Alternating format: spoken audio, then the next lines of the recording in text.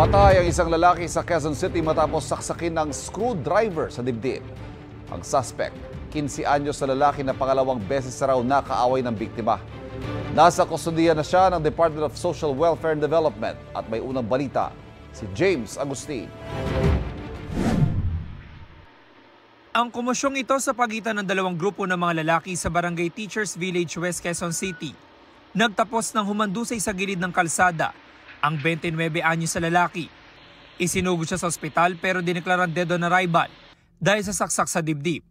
Hindi na nabawi ang screwdriver na ginamit sa krimen. Ayon sa pulisya, nagiinuman ang biktima at kanyang mga kaibigan sa bahay niya nang magdesisyon silang umalis para bumili pa ng alak. Nasa store na sila, nagkaroon ng merong mga lumapit sa kanila itong sa victim at yun nagkaroon ng medyo pagtatalo, nagkainitan at hanggang sa nauwi nga dito sa saksakan. Naaresto sa follow-up operation ng pulisya ang 15 anyos sa lalaking sospek.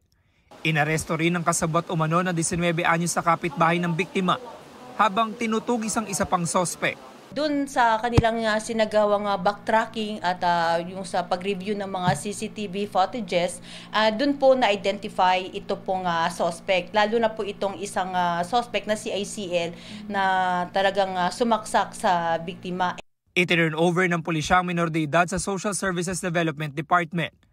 Habang 19 anyos sa umunoy kasabwat, nasa kustudiya ng Criminal Investigation and Detection Unit ng QCPD. Nagulat na lang po ako, bigla na lang po ako nilusob noon. Mga lasing po silang lahat.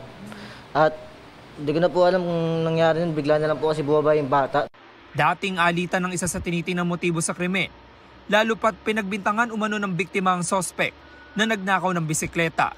Ito na rin daw ang ikalawang beses na nagpang-abot ang dalawa. Pinagbintangan po nila ako tapos nung mga lasing na po sila, October 15 po, tanda ko pa. Umakyat po ako sa taas namin, then bumilo po ako ng sigarilyo. Tinawag po ako noon, bigla po ako sinuntok. Doon na po nila ako pinagtulungan. Considering nga na itong